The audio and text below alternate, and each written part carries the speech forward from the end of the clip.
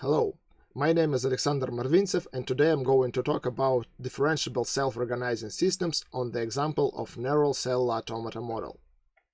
Self-organization is omnipresent in nature and can be vaguely described as capability of a system to maintain order and structure or reach some goals through local communication between tiny little parts that constitute this system, whether those parts are molecules, cells, or individual organisms. Building their own bodies is the very first skill that every living creature possesses, and it can be seen as one of the most striking examples of self-organization. I'd like to make today's presentation in the form of a live coding session, where I'll show how to implement the growing neural cell automata model from our recent publication from scratch. I'll try to show some tiny details and interesting experiments that didn't make it to the paper, and we'll try to replicate the behind-the-scenes process of development of this model. Before proceeding to coding, let me show a little video clip that hopefully explains the concept of differentiable self-organization and neural cell automata. Generally speaking, differentiable self-organizing system consists of a neural controller that is shared by a population of agents interacting on a simulated environment during a limited time span. The whole system is evaluated against an objective function that measures the proximity of the current behavior to the desired. End-to-end differentiability allows propagation of the objective gradient to the controller, steering the system behavior towards the target specification. Neural CA operates on a uniform grid. The state of each cell is represented by a number of real values, 3 of which are visible as RGB color channels. Cells iteratively update their state using the information collected from their 3x3 neighborhood. Now we are ready to build a model that will grow a predefined pattern starting from a single seed cell. I will be using Google Colab environment for our experiments, and here is a fresh new notebook that I've created. First of all, let's make sure that we are using GPU accelerated virtual machine, and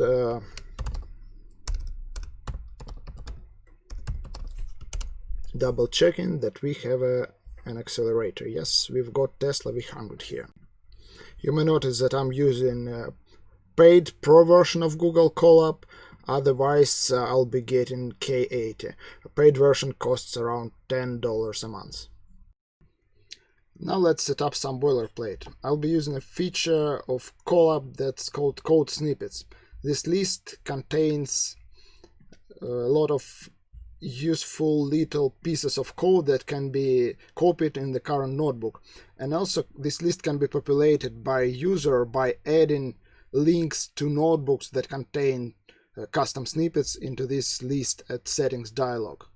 So I'm copying the cell that contains a bunch of image manipulation functions and video recording class that I'll be using extensively during this presentation. Let me execute this cell and collapse it so it doesn't occlude the view. Let's remove unnecessary cells, and now we are ready to go. Let's load the target image that we will train our cell automata to grow. I have a secret second window that I'll be copy-pasting some pieces of code from, so that you don't have to wait while I'm typing them. So here is our lizard that is going to be our target, and we will grow a pattern of size of 40 pixels. Well, two small patterns look too ugly, and big patterns require more time to train, more cell automata iterations to grow, and maybe bigger models converge slower, sometimes don't converge at all. So 40 seemed to be like a reasonable number for demonstration purposes. And also I'm copying a little helper function that loads emoji by pulling the corresponding PNG from GitHub repository from Noto fonts. So let's load the image and display it.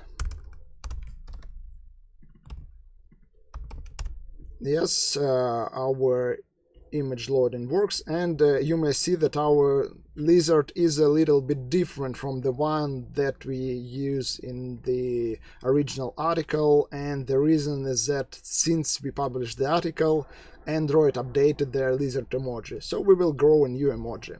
And one helper function that I'm using during this presentation is zoom. That is a helper to zoom images conveniently. Also, sometimes it's handy to display outputs of a cell to the right of it rather than below, to make the code and output stay side by side. One little detail that we need to be aware of, this is pretty subtle, is the fact that the lizard image is a 4-channel image. It has alpha mask, and if we independently look at RGB channels, especially if we zoom it a little bit, then we will see that there are some pixels that don't belong to non-transparent part of the image, and if we match the output of our cell automata against this, our loss will also account for those unnecessary extra pixels. So I prefer to store the image in premultiplied format. So I am premultiplying RGB channels of image with the alpha channel. By the way, alpha channel looks like this. So I'm premultiplying the RGB part with alpha to get a premultiplied target image. And this image looks, you may notice that it looks a little bit darker at the edges because now blending works incorrectly, and I'll use a special dedicated function to display those premultiplied RGBA images. This, I'll call it 2RGB, and now if we use this function we will get original correctly rendered emoji, although it's stored in a premultiplied alpha format. Now we've defined the visual shape of the state that we want our system to arrive. Time to define the initial state and also the data structure that is going to represent the state of the cell automata at every iteration.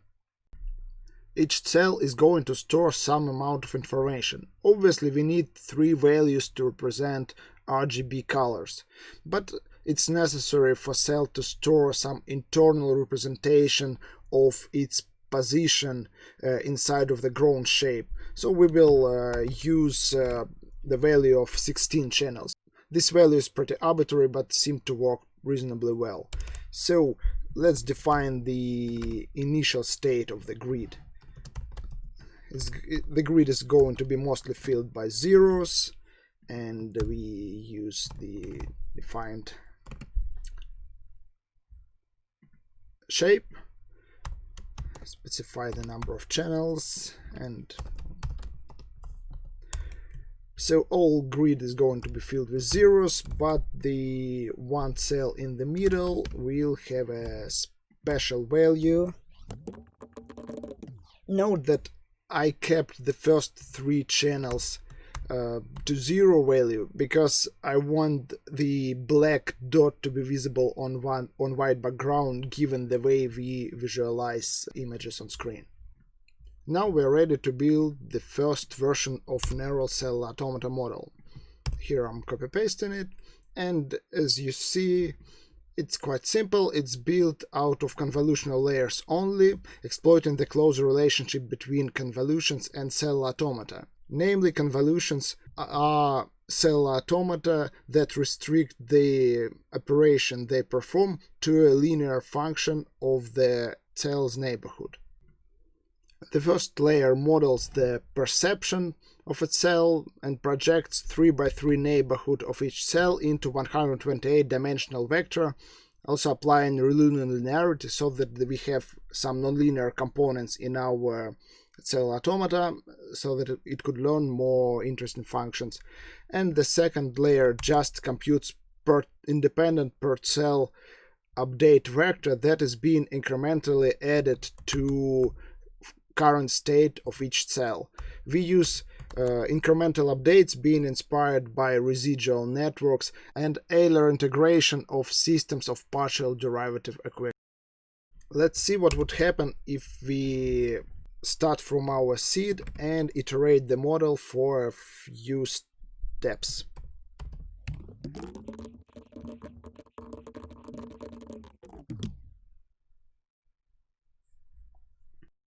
Here is the result that we got after running a randomly initialized neural CA for 20 steps. If we run this cell again, we will have a different image, because we are instantiating the cell automata on each cell execution. Let's visualize the whole process of cell automata evolution from a seed rather than the final iteration. Let's give it a few more iterations.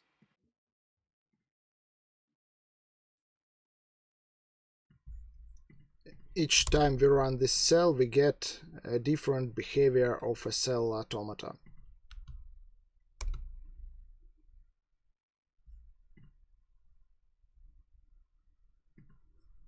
And there are a few interesting things to observe here. First of all, the development starts from the seed cell while the background stays constant at the early iterations. And the reason for this is the default initialization that Keras library applies to convolutional layers, namely it uses zeros for initializing biases. Together with zero initialized background, it prevents cells from changing their state until the wave from the seed reaches them. You may notice that the model we implemented is much simpler than the one we used in Growing Neural Cell Automata article. In particular, we don't use stochastic updates or live masking, and we use the fully learned convolution to model perception instead of this combination of fixed 3x3 convolutions and 1x1 convolution we use in the original article. We will discuss those changes a bit later, but now it's time to train something. First of all, let's estimate the number of parameters that our model has. Our model has 20,000 parameters, and this is relatively small by current deep learning standards, but relatively large for a neural cell automata. For example, all models from Growing Neural CA article have about 10,000 parameters, and the way we achieve that is by factorizing the perception into two parts, one of which is a fixed convolution and another is 1x1 convolution. I'm going to write some training boilerplate. I'd prefer to explicitly define the training loop myself, so that I have the full control on what's going on and on visualization of the training progress. So let's start with defining the loss function.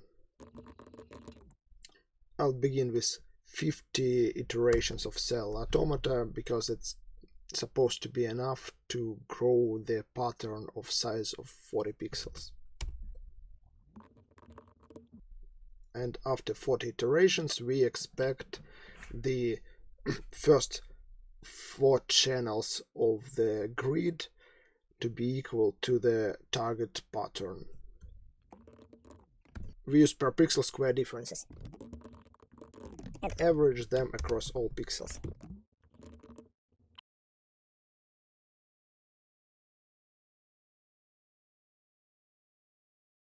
We are interested in computing the gradient of the loss over the cell automata parameters.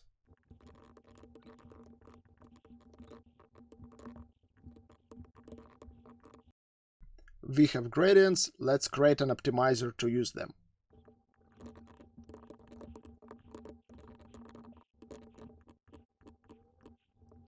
Let's run this code in a loop to see if the loss is going down. I'll now reorganize the code to make it more efficient and visualize the loss in a plot.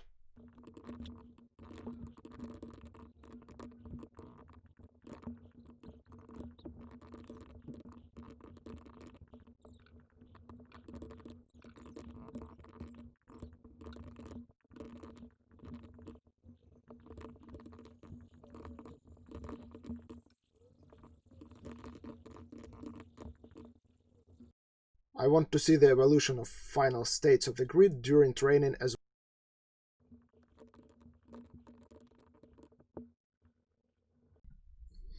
we see now that in spite of loss going down, the final state of a grid still hardly resembles the target pattern.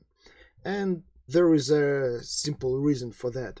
The initial behavior of our cell automata already produces some complicated pattern on a grid that has very strong activation values, and what optimization is currently doing is fighting against this default behavior. There might be a few ways to resolve this problem, either to use smaller number of cell automata steps at the beginning of training, a little bit like curriculum learning.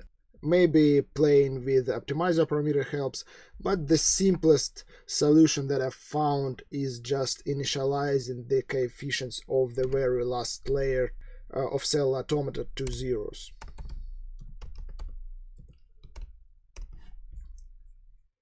We now see that this makes the do-nothing behavior the default one, although non-zero coefficients at the first layer allowed to train. So let's run the training loop again and see what would happen. Now we see the lizard-like pattern is quickly emerging on the grid. Let's train for a few more hundreds of steps. One thing that bothers me at this loss plot are those sudden jumps of loss while training. Let's try to investigate why they happen and how to prevent them. I've experimented with a number of approaches to reduce those spikes, but the simplest approach I found was based on the analysis of gradient magnitudes during training.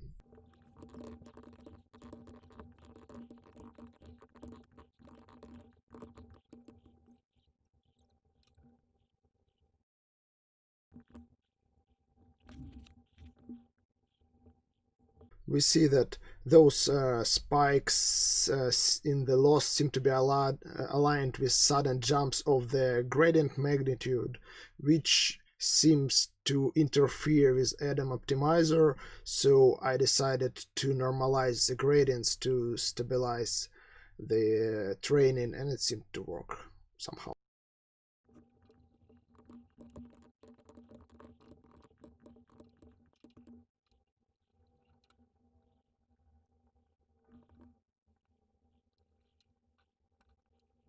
Training seems to be more stable. There are still some little jumps, but what I've noticed that while in this experiment this gradient normalization wasn't particularly critical, in some other experiments that I've performed it was very hard to train a model without normalizing gradients during training. After 2000 training steps, the model is in a pretty good shape already, looks almost like an original lizard, so let's play a little bit with the cell automata we've created.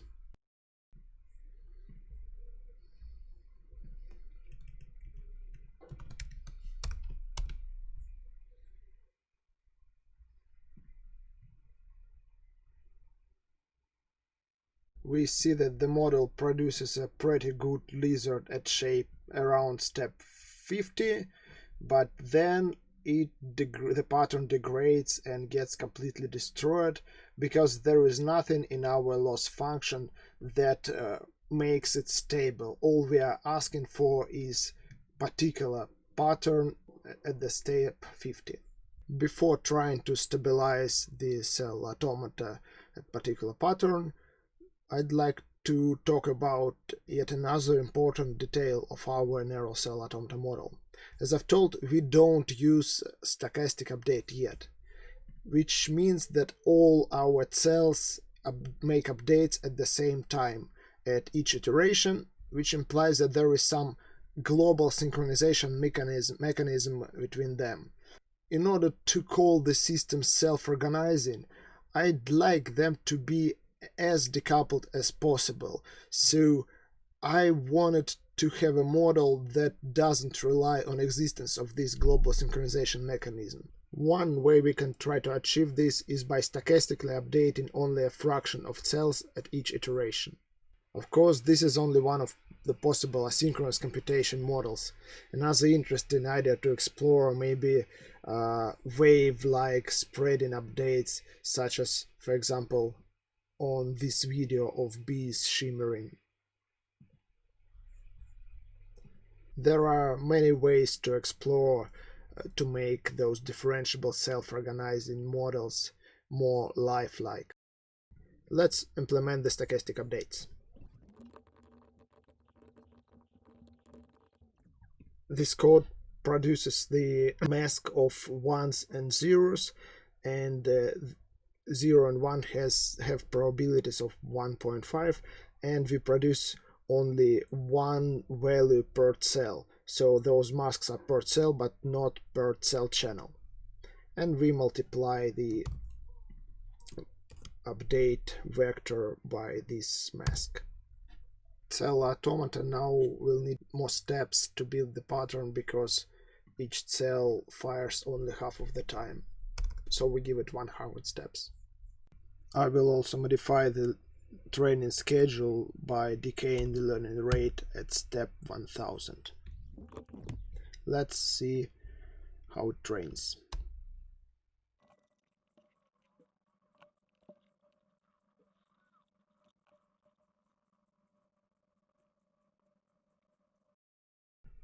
It seems to be a little bit harder for the model to generate an accurate pattern in this regime.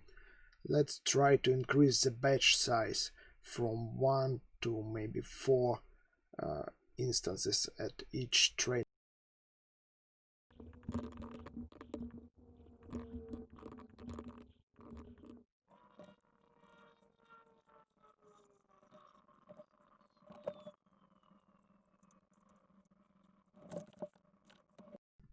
After 1.5 minutes of training, we see that the loss variance is lower now, and we arrived at better solution, whilst the loss is still decreasing.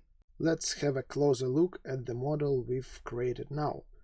I will make a helper function so that we use it to experiment with putting our model into various conditions not seen during training.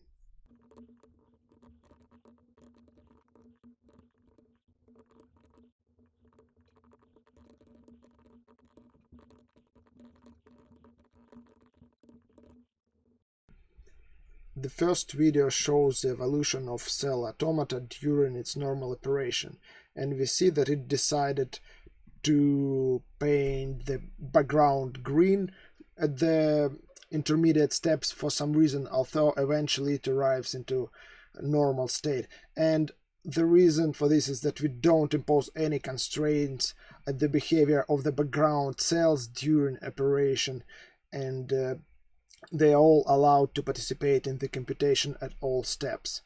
The second video shows the evolution over a longer number of iterations, and we see that the pattern that cell automata constructed is not stable, and it starts to decay after iteration number 100. And the third video demonstrates operation of our cell automata on a larger grid over a course of 100 steps, and we see that on a larger grid, the cell automata constructed a pattern that is not entirely correct. The tail is longer than expected, and the head is a little bit of a wrong shape. And the reason is that our cell automata overfitted to detect boundary. It knows that there are cells outside of the grid that are always zero, and looks like it relies on their presence to learn where to stop growing the tail. So once we push this boundary further, the tail extends further. I will try to address the stability issue first. The naive way to do that would be to introduce an additional loss that will penalize the changes of the grid after a certain number of steps. Let's try to do that.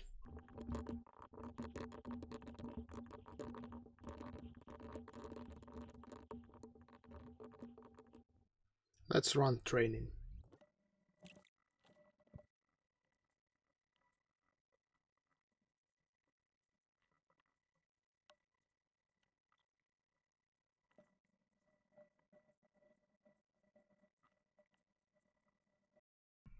The step 2000 loss is still going down, but let's look at the stability of the solution we found so far.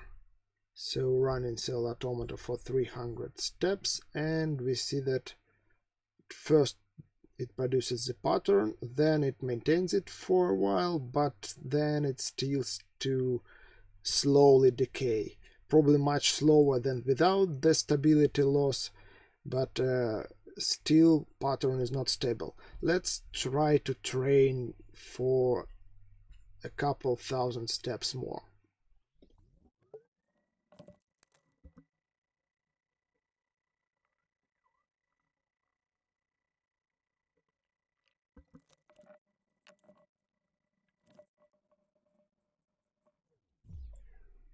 So training is completed now, and we can visualize the behavior over 300 of steps again.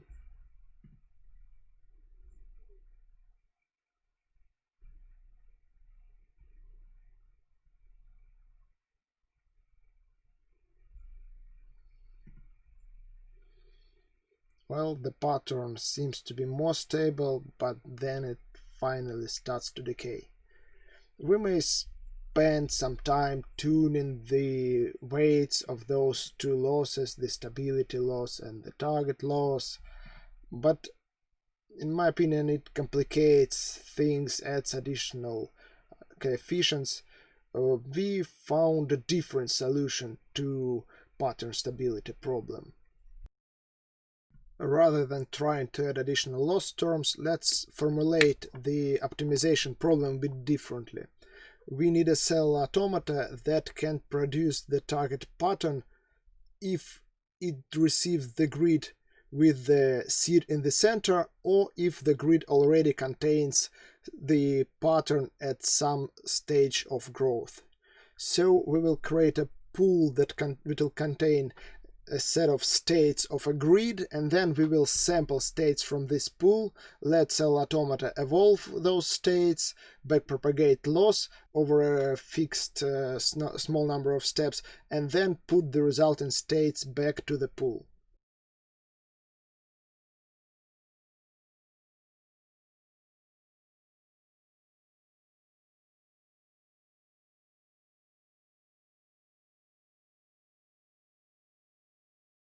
We initialized the pool with seed states, and also we want to add a seed to each training batch so that the cell automata doesn't forget how to grow from the initial seed state when the pool gets populated by semi-finished or finished patterns.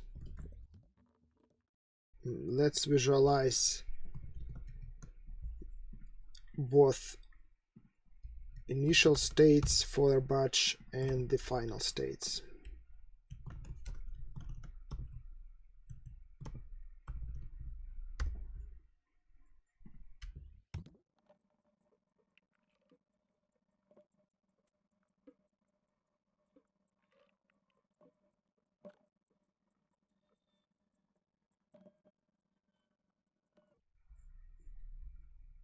Little by little, the model is learning to grow from the starting state and preserve or even improve, like here, pattern if it's already there.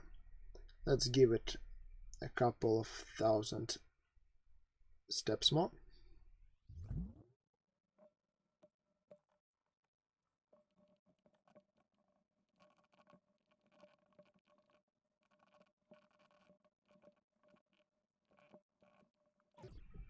After 4,000 of steps, the model grows and maintains a nice lizard, and let's see its longer term behavior. 300 steps. Okay. pattern seems to be stable. Let's make another test. Let's run the model over, say, 1,000 of steps and draw a loss plot over those iterations.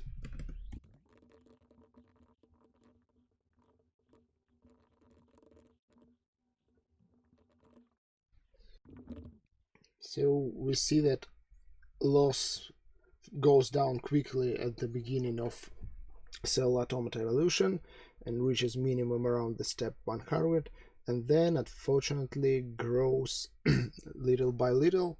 We'll try to figure out what's going on and how to fix that. So here is a visualization of the cell automata state after step 1000, and we see that there is some spurious accumulation of values that's probably happening in the background cells. And another out of training behavior I want to investigate is the behavior on the larger grid. And here we see a pretty interesting phenomena happening. We see that the model fitted to use grid background to determine where to grow the tail and the head and a part of a leg of a lizard. Now let's think about ways of fixing that. In the growing narrow CA paper, we were using the technique we called alive masking, when only cells having alpha greater than 0.1 or their neighbors were allowed to participate in the computation. The state of all other cells was reset to 0 after every cell automata iteration. Let's try to implement this technique here.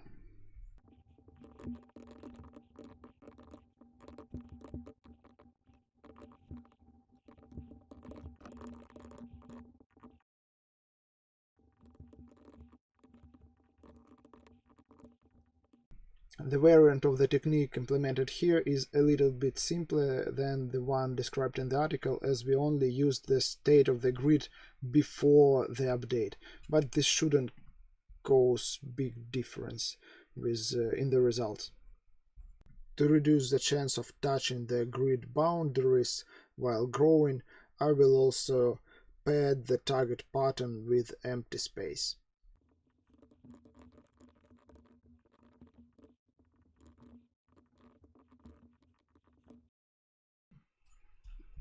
I have also modified the training schedule a little bit. Now we can start training again.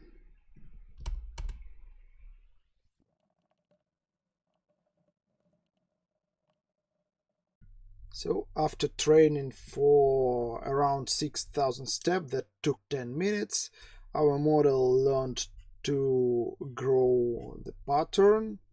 And what's interesting, that if we draw a plot of the pattern accuracy, like pattern quality over cell automata iteration, we see that the best quality is achieved around iteration number 300, which is way outside of the number of steps that we perform backpropagation through. So the model learned to iteratively improve over the existing solution. Unfortunately, this particular variant still displays some instability.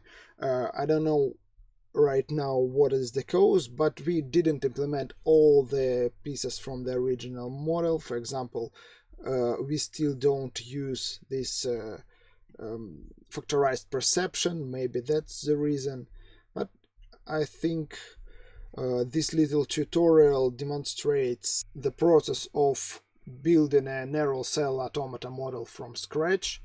I'll publish the code on GitHub, and hope you enjoyed this presentation. I'm ready to take your feedback and questions. Thank you for your attention.